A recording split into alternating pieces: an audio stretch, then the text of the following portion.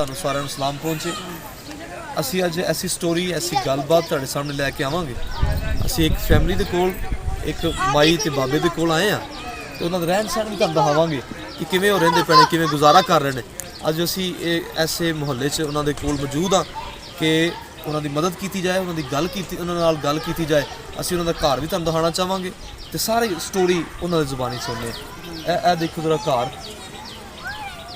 ਕਰਾਂਗੇ ਮਾਂ ਜੀ ਕਰੇਗਾ ਰੱਬ ਉਹਨੂੰ ਬਹੁਤ ਦੇਗਾ।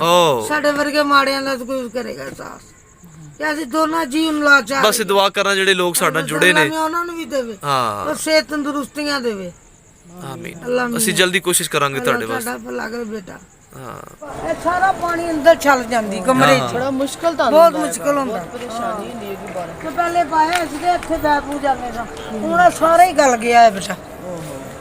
ਹੁਣ ਸਭ ਗਿੱਲਾ ਹੁੰਦਾ ਹੈ। ਉਹ ਗਿੱਲਾ ਮਤਲਬ ਅਗਰ ਬਾਰਿਸ਼ ਜ਼ਿਆਦਾ ਹੋਈ ਤਾਂ ਸਾਰਾ ਡਿੱਗ ਪੈਂਦਾ ਥੱਲੇ। ਬਾਰਿਸ਼ਾਂ ਦੇ ਦਿਨ ਨੇ ਅੱਗੋਂ ਤੇ ਬਾਰਿਸ਼ਾਂ ਹੋਣੀਆਂ ਨੇ, ਬੜਾ ਮੁਸ਼ਕਲ। ਬਾਰਿਸ਼ਾਂ ਦਿਨ ਨੇ ਰਾਹੁਲ ਤੇ ਬਾਰਿਸ਼ਾਂ ਤੋਂ ਪਹਿਲੇ ਅਸੀਂ ਇਹ ਕਲੀਅਰ ਕਰਨਾ ਚਾਹੁੰਦੇ ਹਾਂ। ਠੀਕ ਹੈ ਅੱਛਾ ਬੇਟਾ, ਤੁਹਾਡੀ ਬੜੀ ਮਿਹਰਬਾਨੀ। ਮੇਰਾ ਕਿਦੋਂ ਬਾਰਿਸ਼ਾਂ ਦਿਨ ਕਿਦੋਂ ਸ਼ੁਰੂ ਹੋ ਰਹੇ ਨੇ? ਯਕਮ ਤੋਂ ਬਾਰਿਸ਼ਾਂ ਦੇ ਨਾ ਦਿਨ ਸ਼ੁਰੂ ਹੋ ਨਾ ਯਕਮ ਤੋਂ ਇਹ ਪਹਿਲੀ ਤਰੀਕ ਤੋਂ ਜਿਹੜਾ 7ਵਾਂ ਮਹੀਨਾ ਸ਼ੁਰੂ ਹੋ ਰਿਹਾ ਹੈ, ਇਹਦੇ ਤੋਂ ਬਾਰਿਸ਼ਾਂ ਸ਼ੁਰੂ ਨੇ ਤੇ ਅਸੀਂ ਚਾਹਾਂਗੇ ਕਿ ਜਲਦੀ ਹੀ ਤੁਹਾਡਾ ਇਹ ਮਸਲਾ ਹੱਲ ਹੋ ਜਾਏ। ਅਸੀਂ ਆਪਣੇ ਵਿਹੜੇ 'ਤੇ ਬਹਿ ਗਏ। ਹਾਂਜੀ ਸਹੀ ਹੈ। ਇੱਕ ਬੇਟੀ ਹੈ, ਪੁੱਤਰ ਕੋਈ ਨਹੀਂ। ਅਗਰ ਪੁੱਤਰ ਹੁੰਦਾ ਤੇ ਰਾਹੁਲ ਅੱਜ ਕੁਛ ਨਾ ਕੁਛ ਕਰਦਾ।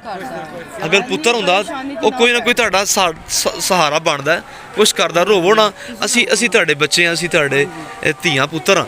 ਤੇ ਅੱਜ ਮੈਂ ਇਹ ਚਾਹਾਂਗਾ ਕਿ ਕੋਈ ਅਗਰ ਸਾਡੀ ਵੀਡੀਓ ਦੇਖ ਰਿਹਾ ਹੈ, ਇੱਕ ਤਾਂ ਪਹਿਲੀ ਗੱਲ ਤਾਂ ਰਾਹੁਲ ਸ਼ੇਅਰ ਕਰੋ, ਕੋਈ ਐਸੇ ਪੁੱਤਰ ਕੋਲ ਚਲੀ ਜਾਏ, ਐਸੇ ਧੀ ਕੋਲ ਚਲੀ ਜਾਏ ਜਿਹੜਾ ਇਹਨਾਂ ਨੂੰ ਇਸ ਹਾਲਤ 'ਚ ਵੇਖ ਕੇ ਤੇ ਆਪਣਾ ਹੱਥ ਵਧਾਏ। ਅਸੀਂ ਇਹ ਚਾਹਾਂਗੇ ਕਿ ਖੁਦਾ ਹਰ ਇੱਕ ਨੂੰ ਧੀਆਂ ਪੁੱਤਰ ਦਿੰਦਾ ਹੈ, ਉਹਦੀ ਮਿਹਰਬਾਨੀ। ਅਗਰ ਕਿੰਨੇ ਕੋਲ ਨਹੀਂ ਹੁੰਦਾ ਰਾਹੁਲ ਪੁੱਤਰ, ਉਹਨਾਂ ਦਾ ਜੋ ਸਿਸਟਮ ਹੈ ਅਸੀਂ ਅੱਜ ਦੇਖਿਆ ਬਿਲਕੁਲ। ਅਗਰ ਪੁੱਤਰ ਹੁੰਦਾ ਤੇ ਇਹ ਕਿਉਂ ਨਹੀਂ ਉਹ ਇਸ ਤਰ੍ਹਾਂ ਗੰਦੇ 'ਚ ਰਹਿਣ ਦਿੰਦਾ ਸੀ ਆਪਣੇ ਮਾਈ ਬਾਪ ਨੂੰ, ਕਦੀ ਵੀ ਨਹੀਂ ਸੀ ਰਹਿਣ ਦਿੰਦਾ। ਉਹਨੂੰ ਭਾਵੇਂ ਕਿਸੇ ਦਾ ਕਰਜ਼ਾ ਹੀ ਹੋਣਾ ਪੈਂਦਾ, ਭਾਵੇਂ ਉਹਨੂੰ ਝੋਲੀ ਬੰਨ ਕੇ ਮੰਗਣਾ ਪੈਂਦਾ, ਉਹ ਆਪਣੇ ਮਾਂ ਬਾਪ ਨੂੰ ਇਸ ਤਰ੍ਹਾਂ ਨਹੀਂ ਸੀ ਵੇਖ ਸਕਦਾ, ਕਦੀ ਵੀ ਨਹੀਂ ਸੀ ਵੇਖ ਸਕਦਾ। ਕਹਿੰਦਾ ਜਿਸ ਤਰ੍ਹਾਂ ਆਪਾਂ ਨੂੰ ਮਾਂ ਬਾਪ ਪਿਆਰਾ ਐਵੇਂ ਉਹਨਾਂ ਨੂੰ ਵੀ ਮਾਂ ਬਾਪ ਪਿਆਰਾ। ਅੱਲਾ ਖਰੇ ਉਹਨਾਂ ਦੇ ਨਸੀਬਾਂ 'ਚ ਨਹੀਂ ਲਿਖਿਆ।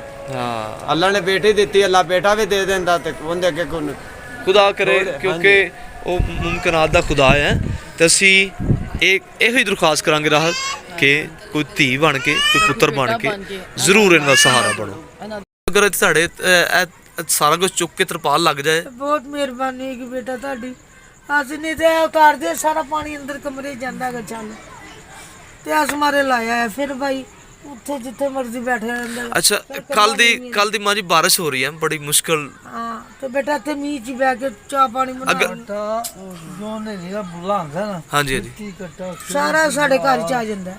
ਮੌਜੂਦ ਤੇ ਆਪਣਾ ਮੰਜੀ ਦੇ ਬਾਹਰ ਵਾਲੀ ਜਾ। ਹਾਂ ਅਸੀਂ ਬਾਹਰ ਹੀ ਬੈਠੇ ਰਹੀ ਜਾ। ਐਵੇਂ ਕਿ ਆਂਟੀ ਦਵਾਈ ਦੇ ਪੈਸੇ ਅੰਕਲ ਵਾਸਤੇ, ਠੀਕ ਹੈ। ਲੇਕਿਨ ਅਸੀਂ ਉਹ ਭੈਣ ਭਰਾਵਾਂ ਅੱਗੇ ਦਰਖਾਸਤ ਰੱਖਾਂਗੇ ਕਿ ਅਸੀਂ ਇੱਥੇ ਤਰਪਾਲ ਹੀ ਲੱਗ ਜਾਏ। ਸਾਰਾ ਸਿਸਟਮ ਹੈ ਨਾ ਜਿਹੜਾ ਤੁਹਾਡਾ ਉਤਰ ਕੇ ਤੇ ਤਰਪਾਲ ਲੱਗ ਜਾਏ। ਔਰ ਤੁਸੀਂ ਚਾਹੁੰਦੇ ਹੋ ਕਿ ਤੁਹਾਡੇ ਵਾਸਤੇ ਕੀ ਆਸਾਨੀ ਪੈਦਾ ਹੋਵੇ। ਜੋ ਤੁਹਾਡਾ ਦਿਲ ਕਰੇ, ਸਾਡੇ ਮਾੜੇ ਦੋਨਾਂ ਜੀਆਂ ਦੇ ਕੀ ਆਸਰਾ ਕਰ। ਰੋਣਾ ਨਹੀਂ, ਤੁਸੀਂ ਖੁਦਾ ਅੱਗੇ ਦੁਆ ਕਰਨੀ, ਉਸ ਭੈਣ ਭਰਾਵਾਂ ਵਾਸਤੇ ਦੁਆ ਕਰਨੀ ਜਿਹੜੇ ਤੁਹਾਡੀ ਸਪੋਰਟ ਕਰਨ। ਅੱਲਾਹ ਉਹਨਾਂ ਨੂੰ ਬਹੁਤ ਦੇ। ਇਹ ਮਾਂ ਜੀ ਕਿੰਨੇ ਦਿਨ ਹਾਂਡੀ ਚਲਾਉਂਦੇ ਹੋ? 2-3 ਦਿਨ ਚਲਾਉਣੀ ਬੇਟਾ। ਰਾਹੁਲ ਦਿਖਾਓ ਜ਼ਰਾ। ਹਲ ਕਿਸੇ ਠੰਡੀ ਕਰਕੇ ਕਿਸੇ ਦੀ ਫਰਿੱਜ में ਲੈ ਟਕਾ ਦਾਂਗੇ। ਇਹ ਕਹਿ ਰਹੇ ਨੇ ਕਿ ਮਹੱਲੇ ਵਾਲਿਆਂ ਦੇ ਕਿਸੇ ਦੇ ਘਰ ਰੱਖ ਦਿਆਂਗੇ ਤੇ ਅਸੀਂ 3 ਦਿਨ ਰਾਹੁਲ ਕਿੰਨੇ ਦਿਨ ਚਲਾਣਗੇ? 3 ਦਿਨ ਚਲਾਵਾਂਗੇ। ਉਹ ਵੇਖੋ ਬਰਤਨ ਧੋਣ ਵਾਲਾ ਕਿਵੇਂ ਸਿਸਟਮ ਪਾਣੀ ਪੁੱਤਰਾ ਵਿਚਾਰੇ ਦੇ ਦਿੰਦੇ ਨੇ। ਇੱਥੇ ਇਹ ਬਰਤਨ ਧੋਂਦੇ ਨੇ, ਇੱਥੇ ਹੀ ਵਾਸ਼ਰੂਮ ਵਗੈਰਾ ਕਰਦੇ ਨੇ, ਇੱਥੇ ਹੀ ਨਹਾਉਂਦੇ ਨੇ।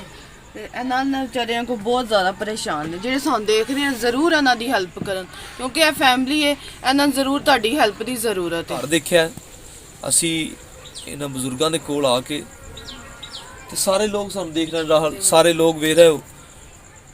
ਸਾਡੇ ਇਸ ਮੁਲਕ ਵਿੱਚ, ਮੁਲਕ ਪਾਕਿਸਤਾਨ ਦੇ ਵਿੱਚ ਹਰ ਰੋਜ਼ ਹੀ ਰੇਟਾਂ ਦਾ ਫਰਕ ਪੈ ਰਿਹਾ।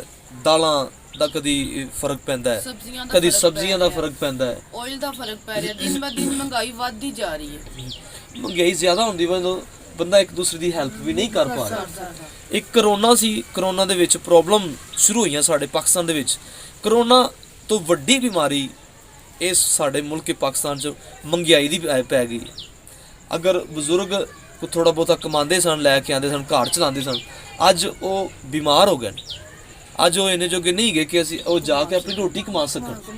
ਪ੍ਰੋਬਲਮ ਜ਼ਿਆਦਾ ਤੋਂ ਜ਼ਿਆਦਾ ਹੁੰਦੀਆਂ ਜਾਂਦੀਆਂ ਪਈਆਂ ਨੇ। ਕਿਹੜਾ 500-700 ਰੁਪਇਆ ਕਮਾਉਂਦਾ ਸੀ, ਉਹਦੇ ਵਾਸਤੇ ਇੰਨਾ ਕੁ ਮੁਸ਼ਕਲ ਹੋ ਗਿਆ ਕਿ ਉਹ ਅਗਰ ਘਰ ਦਾ ਇੱਕ ਵਾਸ਼ਰੂਮ ਦੀ ਇੱਟ ਵੀ ਡਿੱਗ ਜਾਂਦੀ ਤਾਂ ਉਹਦੇ ਵਾਸਤੇ ਲਾਣੀ ਮੁਸ਼ਕਲ ਹੋ ਗਈ ਕਿ ਨਹੀਂ।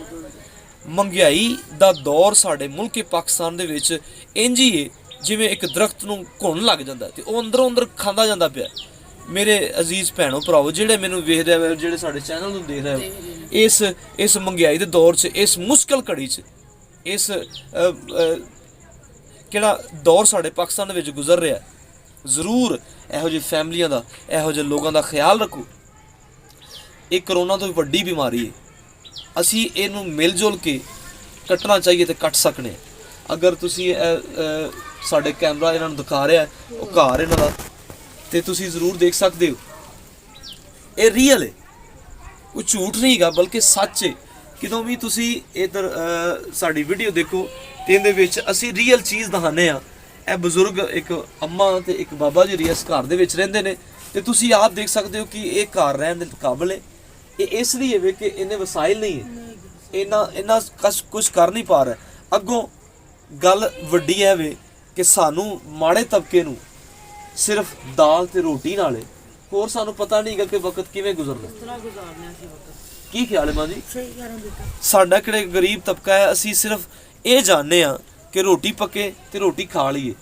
ਇਸ ਦੌਰ ਦੇ ਵਿੱਚ ਜਿਹੜਾ ਪਾਕਿਸਤਾਨ ਦੇ ਵਿੱਚ ਗੁਜ਼ਰ ਰਿਹਾ, ਮਹਿੰਗਾਈ ਦਾ, ਰੋਟੀ ਖਾਣਾ ਵੀ ਮੁਸ਼ਕਲ ਹੋ ਚੁੱਕਿਆ। ਮੁਸ਼ਕਿਲ ਹੈ ਬੇਟਾ, ਬਹੁਤ ਮੁਸ਼ਕਿਲ। ਕੀ ਖਿਆਲ ਹੈ? ਸਹੀ ਕਹਿ ਰਹੇ ਤੁਸੀਂ। ਕਿਹੜਾ ਮਜ਼ਦੂਰ ਤਬਕਾ ਥੋੜਾ ਬਹੁਤਾ ਕਮਾ ਕੇ ਲਿਆਂਦਾ ਸੀ, ਕੁਝ ਖਾਂਦੇ ਸਨ, ਉਹਨਾਂ ਵਾਸਤੇ ਹੁਣ 600 ਰੁਪਏ ਦਾ ਕਿਲੋ ਘਿਓ ਆ ਗਿਆ ਤੇ ਕਿੰਨੀ 600 ਦਿਹਾੜੀ, ਉਹ ਕੀ ਕਰੇਗਾ? ਉਹ ਘਿਓ ਲਿਆਏਗਾ, ਹਾਂਡੀ ਪਕਾਏਗਾ, ਕੀ ਕਰੇਗਾ? ਕੁਝ ਨਹੀਂ ਕਰ ਸਕਦਾ।